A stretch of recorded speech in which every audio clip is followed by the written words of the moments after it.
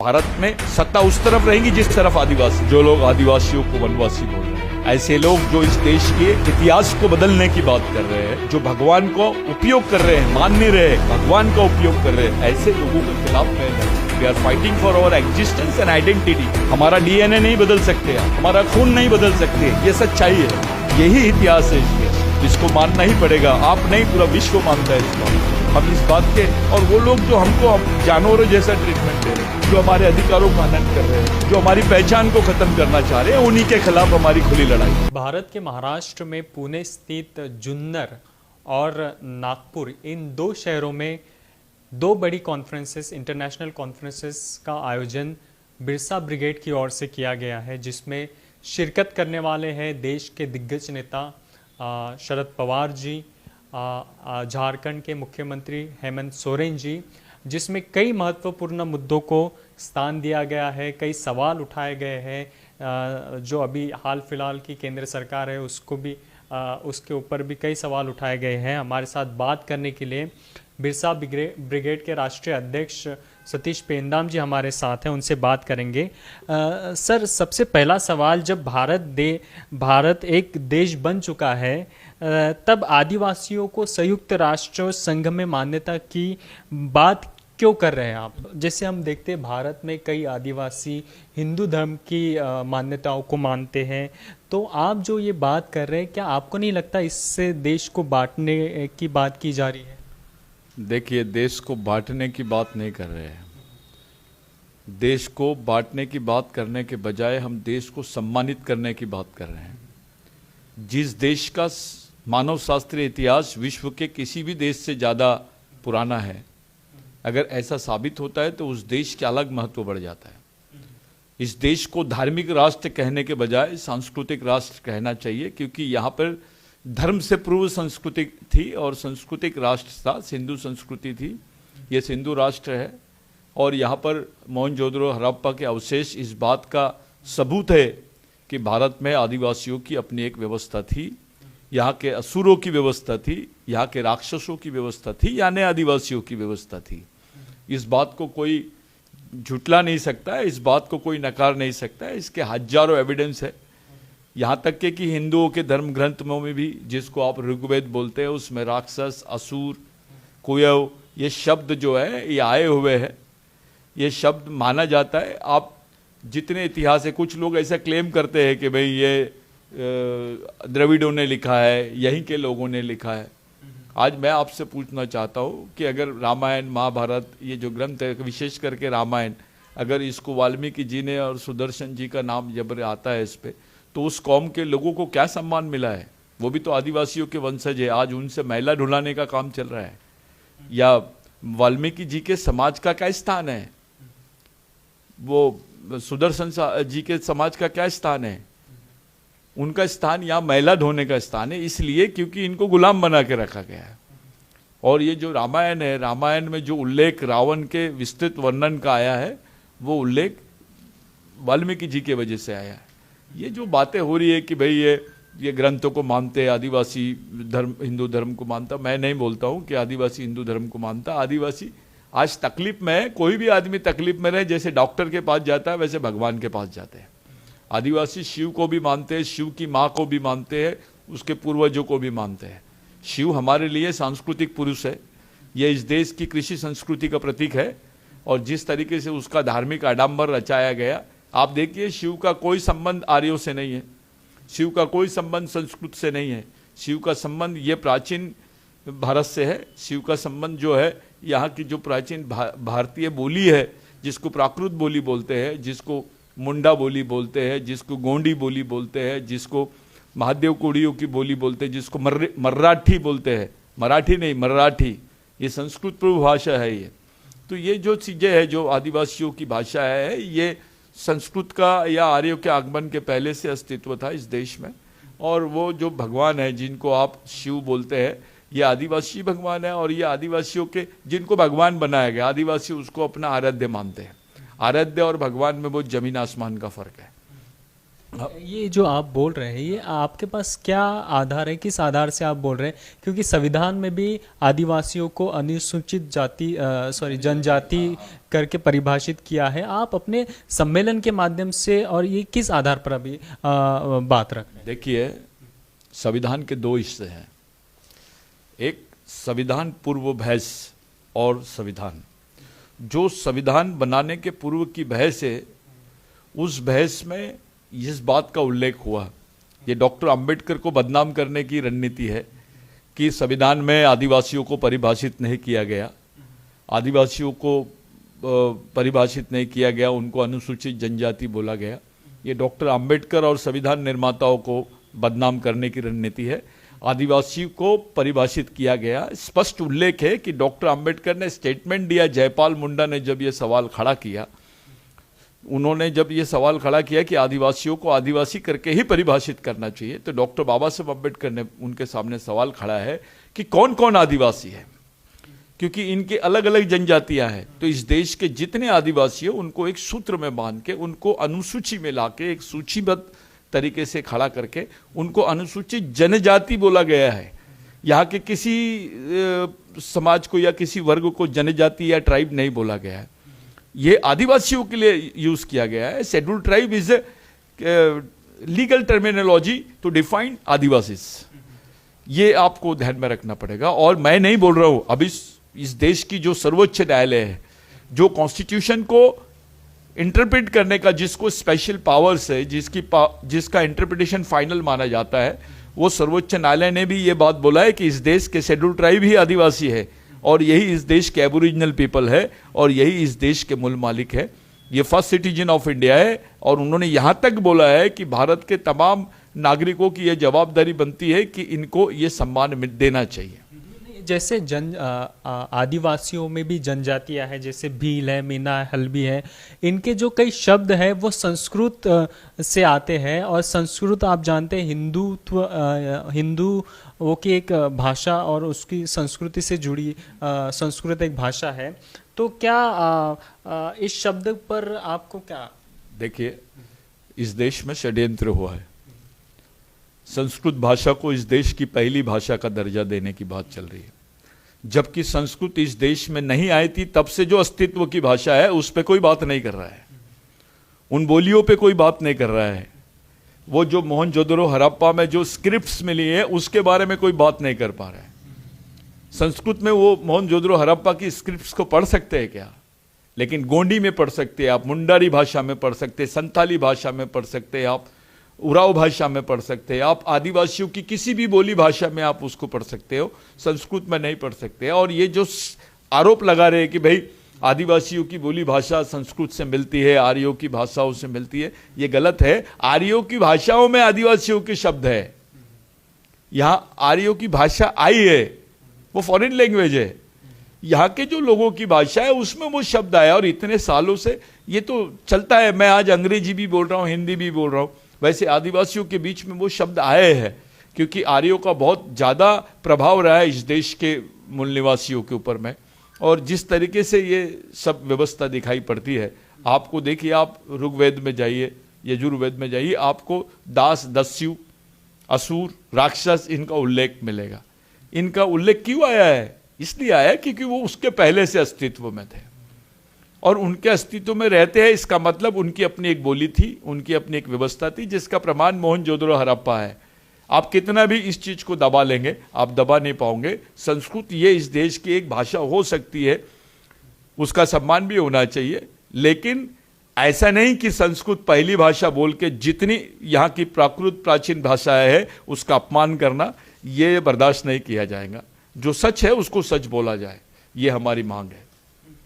ये जो आपका कॉन्फ्रेंस है ये बहुत बड़े पैमाने पर होता है, लेकिन जो आप बात कर रहे हैं वो सामाजिक बात है और जो कॉन्फ्रेंस में आपके जो अतिथि है वो तो राजनीतिक है। फिर आप इसको राजनीति से प्रेरित नहीं बोल सकते? कौन से अतिथि के बारे में बोल? शरद पवार जी आ रहे हैं, हेमंत सोरेन जी आ रहे हैं, तो राजनीतिक पदों पर है। देखिए, देश के एक सीनियर पॉलिटिशियन के बारे में आप बात कर रहे हैं। शरद पवार जी एक ऐसा नाम है इस देश में जो एक सीनियर पॉलिटिशियन है और पार्लियामेंटेरियन भी है और एक वयोवृद्ध एक्सपीरियंस वेल एक्सपीरियंस नेता है। उन्होंने इंदौर में यह स्टेटमेंट दिया था कि शेड्यूल्ड ट्राइब्स को उनको रिकग्निशन मिलना चाहिए, यूएन रिकग्निशन मिलना चाहिए, आदिवासियों को संयुक्त राष्ट्र संघ में रिकग्निशन मिलना चाहिए। वो भारत के पहले व्यक्ति है जिन्होंने खुलेआम इस चीज को बोला, इसलिए वो सम्मान हम उनको दे रहे हैं और उनको साथ में ले रहे हैं। रही बात हेमंत सोरेन का, वो भी आ रहे हैं। भारत की जितनी आदिवासी पार्टियां हैं हमने सबको खुला इनविटेशन दिया है। इतना ही नहीं, भारत की जितनी राष्ट्रीय और राज्य स्तर की पार्टियां हैं उनको भी बोला अगर आप आदिवासियों का समर्थन करते हैं तो आप खुले रूप से बताइए कि हम आदिवासियों के पक्ष में हैं और आदिवासियों का इस मांग के लिए हम समर्थन करते हैं। ये हमने इन्विटेशन भेजा है पूरी पार्टियों को। नहीं, जो शरद पवार जी इस कॉन्फ्रेंस में आ रहे हैं, हमने देखा है 1993 के बाद कई बार यूपीए की सरकार रही है, कांग्रेस भी उसमें कांग्रेस की सरकार रही है। तो क्या कांग्रेस ने यूएनओ के खिलाफ मतलब यूएनओ में आदिवासियों के खिलाफ बयानबाजी दी थी? नहीं, ये गलत बात है। 1993 में वाजपेयी जी की गवर्नमेंट थी। वाजपेयी जी की गवर्नमेंट में एक स्टेटमेंट गया 1993 में कि भारत में आदिवासी नहीं रहते हैं। और इतना ही नहीं, जो जबरदस्ती के स्टेटमेंट है वो ये है कि यहाँ एक भील वंश के लोग हैं जो आर्यों से मिली हुई संस्कृत भाषा को बहुत ज्यादा बात करते हैं, उनकी बोलियों में इसके स्थान है, वो आदिवासी कैसे हो सकते हो। इसका मतलब यह है कि संस्कृत बोलने वाला व्यक्ति आदिवासी नहीं हो सकता है, वो देश का मूल मालिक नहीं हो सकता, पहला। दूसरा शब्द यह है कि ये एक षड्यंत्र है यहाँ के भीलों को, यहाँ के हल्बियों को, यहाँ के मीनाओं को और अन्य जनजातियों को जो आज जो भाषा बोल रहे हैं उनकी भाषा पे आक्रमण करके उनका हिंदुत्वकरण करने का षड्यंत्र है, उनको आदिवासी की परिभाषा से ही खत्म करने का षड्यंत्र है। ये एक अलग टाइप का षड्यंत्रपूर्ण स्टेटमेंट, ये दुर्भाग्यपूर्ण है अपने देश का सबसे बड़ा कि एंटी कॉन्स्टिट्यूशनल स्टेटमेंट इन्होंने संयुक्त राष्ट्र संघ में दिया है। संविधान में जो स्टेटमेंट दिया है, संविधान में जो स्टेटमेंट है उसके अनुरूप ये स्टेटमेंट नहीं है। आज सुप्रीम कोर्ट ने बोला है, 2010-2011 में सुप्रीम कोर्ट ने स्पष्ट कर दिया है कि आदिवासी देश के मूल मालिक है, कि एबोरिजिनल पीपल है। यहां तक के संविधान बनने के पहले भी आदिवासियों को एबोरिजिनल पीपल बोला गया, ट्राइबल बोला गया, ट्राइबल रिलीजियन करके उनको एनिमिस्टिक पीपल करके भी बोला गया। तो ये जो चीजें हैं ये तो क्लियर है कि भाई आदिवासी इस देश के एबोरिजिनल है। ये आप कौन सी हिस्ट्री, देखो संविधान इस देश का इतिहास नहीं है, संविधान ये प्रावधान है इस देश को संचालित करने के लिए। संविधान इतिहास नहीं है, इतिहास तो एंथ्रोपोलॉजी है जिसके आधार पे हम बात कर रहे हैं कि ये इस देश का मालिक आदिवासी है। इतना ही नहीं, मुझे बहुत लोगों ने बोला है कि भाई आप यहाँ पे बाकी धर्म के लोग हैं, आप बौद्ध धर्म का ग्रंथ देख लीजिए, उसमें बिगर आदिवासियों के कोई उल्लेख नहीं है, आदिवासियों का उल्लेख है। आप अलार कलाम का चैप्टर पढ़ लीजिए, आपको पता चलेगा कि आदिवासियों का उल्लेख है। आप सिख धर्म को देख लीजिए, सिख धर्म में भी गुरु ग्रंथ साहब में भी आदिवासियों का उल्लेख है, गौड़ जनजाति का स्पेसिफिक उल्लेख है वहां पर। आप इधर जाइए जैन धर्म की तरफ, उनके ग्रंथों में भी उल्लेख है आदिवासियों का। बिगर आदिवासियों का उल्लेख, ये धर्म जो भारतीय धर्म है इसमें आदिवासियों का उल्लेख होना ही होना है, क्योंकि ये आदिवासियों से संबंधित है। ये बड़ी बात है। भारत अभी देखिए हिंदू राष्ट्र धीरे धीरे बन रहा है और इसकी पहल भी की जा रही है, तो आप किसके खिलाफ हैं? देखिए, हम किसी के खिलाफ में नहीं है, हम भारत के प्राचीन इतिहास के पक्ष में है, इस देश के मानव शास्त्रीय वास्तविकता और उसकी सच्चाई के पक्ष में है, हम आदिवासियों के पक्ष में है। यहाँ के आदिवासियों के जो वंशज है, दलित है, ओबीसी है, मराठा है, आपके अल्पसंख्यक जो मुस्लिम है, क्रिश्चियन है, सिख है, बौद्ध है, जैन है, इनके पक्ष में है, हम किसी के खिलाफ में नहीं है। ये बड़ी बात है कि पहली बार ये बात इस देश में हो रही है कि आदिवासियों को परिभाषित करना चाहिए, आदिवासियों को संयुक्त राष्ट्र संघ में उनको मान्यता मिलनी चाहिए ताकि उनको इंटरनेशनल प्रोटेक्शन मिले। क्या है इस देश में, देश के पास क्या है? जो जल जमीन जंगल है वो तो आदिवासियों की है। देश की जो संपत्ति जिसको राष्ट्रीय संपत्ति का आपने दर्जा दिया, राष्ट्र बनने के पहले तो आदिवासियों की ही संपत्ति थी वो। आपने जब उसको ग्रहण किया तो उसके बदले में इस कौम को क्या दिया? उनकी हालत क्या है, उनकी स्टेटस देखिए। फर्स्ट मैन ऑफ कंट्री वो last man of the social society हो गया है, उसके बारे में कोई बात नहीं करता है। वो आखिरी आदमी कैसे बन गया, वो तो विषय ही नहीं है। आदमी आदिवासियों को तो अब जानवर जैसा ये लोग ट्रीटमेंट दे रहे हैं। कोई वनवासी बोल रहा है, कोई जंगली बोल रहा है, कोई नक्सलवादी बोल रहे हैं। यानी नक्सलवादी आदिवासियों को एक बार बोल दिए तो उनको गोलियों से मारने की परमिशन मिल जाती है। यानी जो कौम इस देश का जो मालिक है वो देशद्रोही कैसे हो सकता है भाई? नक्सलवादी आदिवासी हो सकता है, आदिवासी नक्सलवादी नहीं हो सकता है। ये जो इंटरप्रिटेशन है इसको प्रैक्टिस में लाया जा रहा है। आदिवासियों पर जबरन थोपा जा रहा है, उनकी जमीनें लूटी जा रही है, उनकी जमीन पर माइंस है, उनकी जमीन पे जंगल है, उनकी जमीन पे जितने नैसर्गिक प्राकृतिक रिसोर्स है वो पूरे लूटे जा रहे हैं। उसको तो खुलेआम लूट चालू है इस देश में, उसके बारे में कोई बात नहीं करता है। अगर आदिवासियों ने उसका विरोध किया तो एंटी नेशनल हो जाते हैं। आप बड़ी बड़ी माइंस को प्राइवेट एजेंसीज को देते हो तो तब कुछ नहीं लगता आपको। प्राइवेटाइजेशन होना ये अलग बात है, लेकिन हम अपनी सोशलाइजेशन, हमारे सोशल राइट्स के लिए अगर हम बात करते हैं तो हम देशद्रोही हो जाते हैं। वो प्राइवेट राइट्स के लिए बात करते हैं तो वो देश प्रेमी हो सकते हैं। ये जो मापदंड है ये आदिवासियों को बर्दाश्त नहीं हो रहा है, और देश के जितने दबे कुचले लोग हैं उनको भी बर्दाश्त नहीं हो रहा है। एक बात साफ जाहिर हो रही है इसमें कि देश हिंदू राष्ट्र की ओर बढ़ रहा है, और आपका जो आंदोलन है, सम्मेलन है, ये तो राष्ट्र विरोधी बोला जा सकता है। आपका क्या कहना है इसमें? इस देश में किसी को भी राष्ट्र विरोधी डिग्री दी जाती है, कभी भी सम्मानित किया जाता है। अगर कोई आदमी इस व्यवस्था के खिलाफ में बोल रहा है, व्यवस्था के खिलाफ में बोलना और राष्ट्र के खिलाफ में बोलना दोनों अलग चीज है। जो चेहरा है व्यवस्था का वो राष्ट्र का चेहरा नहीं है, वो संवैधानिक चेहरा नहीं है। जो व्यवस्था के खिलाफ में बोल रहा है उसको राष्ट्र विरोधी बोलना ये बिल्कुल गलत है। और हो सकता है हमारे आंदोलन को ये बोला जाए कि आप देश के खिलाफ में जा रहे हो, देश में सब एक है, आप नई बात कर रहे हो, ये गलत बात है।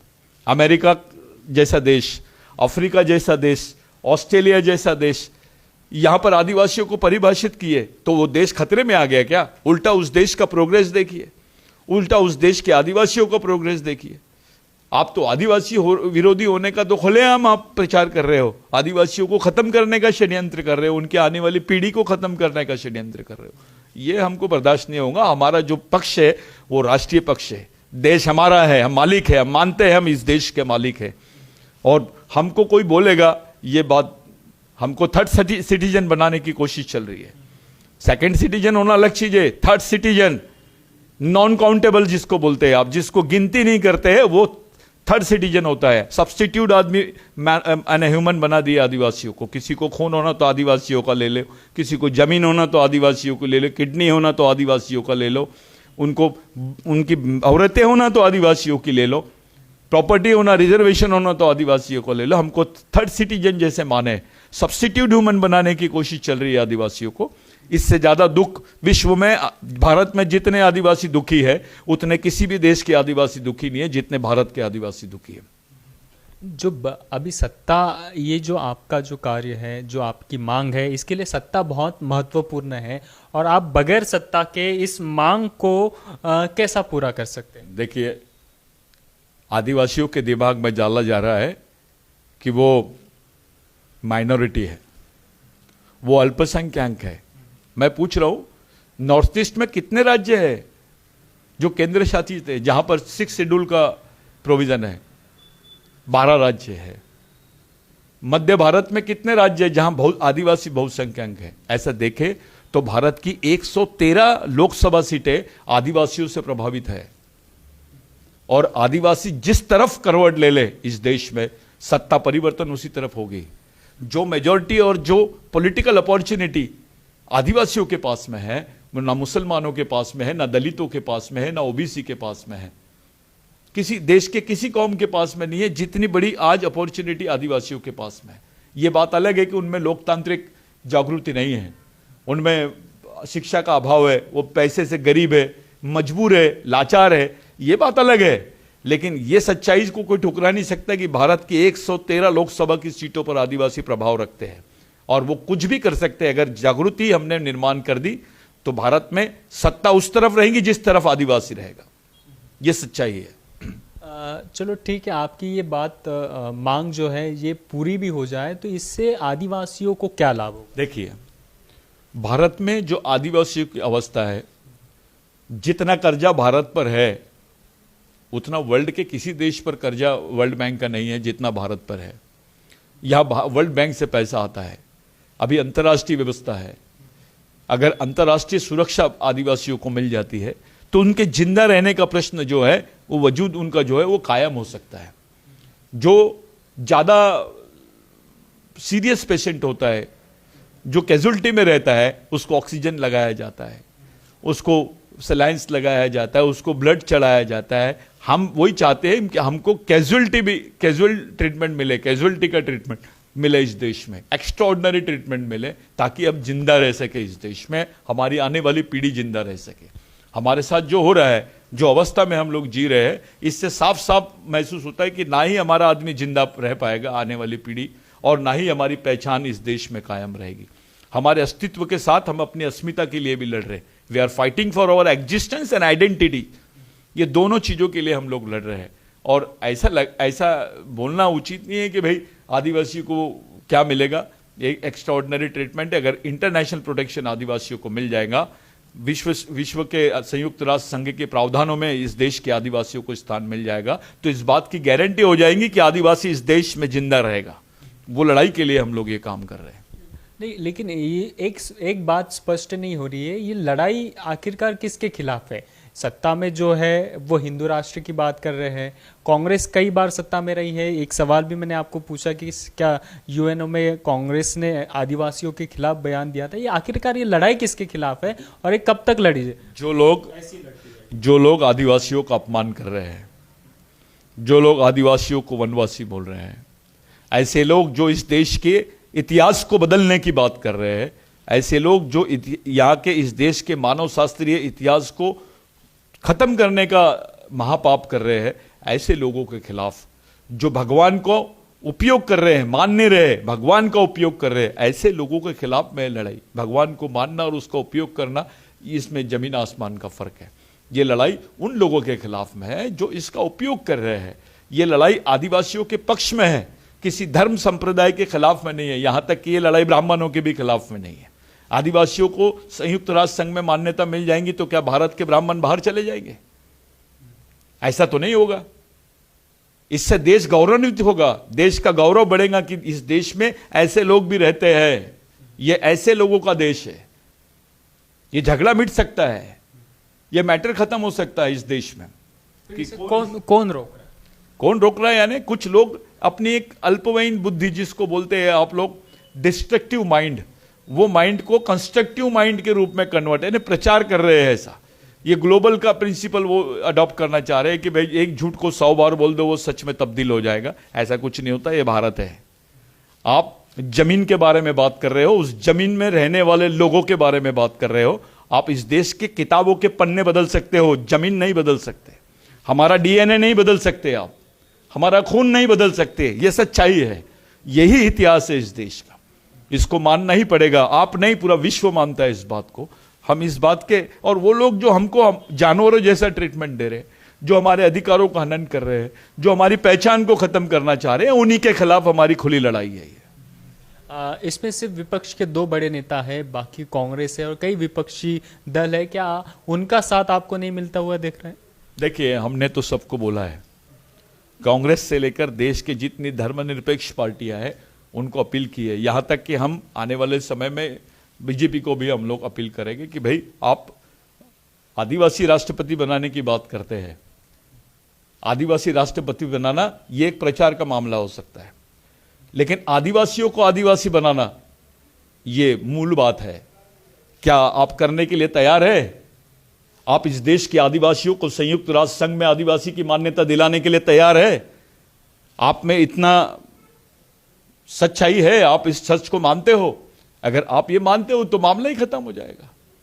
ऐसा मत समझिए कि जो पहले वोट कांग्रेस को जाते थे तो कांग्रेस में सत्ता थी, कांग्रेस की सत्ता थी आदिवासी क्षेत्रों में और राज्यों में, अब वो वोट कन्वर्ट हुआ है बीजेपी की तरफ।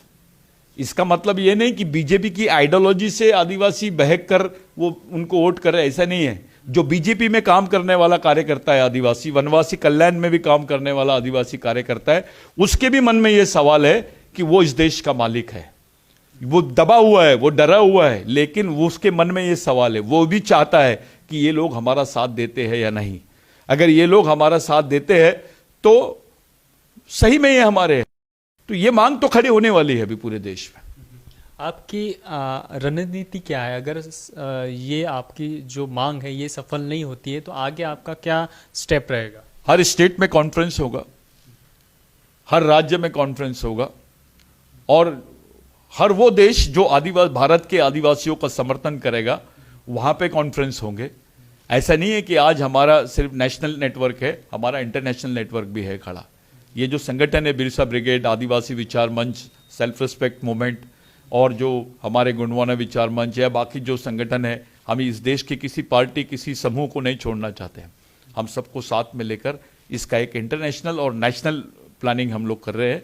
बहुत जल्दी हम लोग इस दिशा में कामयाब हो जाएंगे। बहुत हद तक के हम लोग कामयाब भी हो चुके हैं। ऐसा नहीं है कि आदिवासी, हाँ हमारे पास दो ही चीज़ें नहीं हैं, एक है पैसा और एक है सत्ता।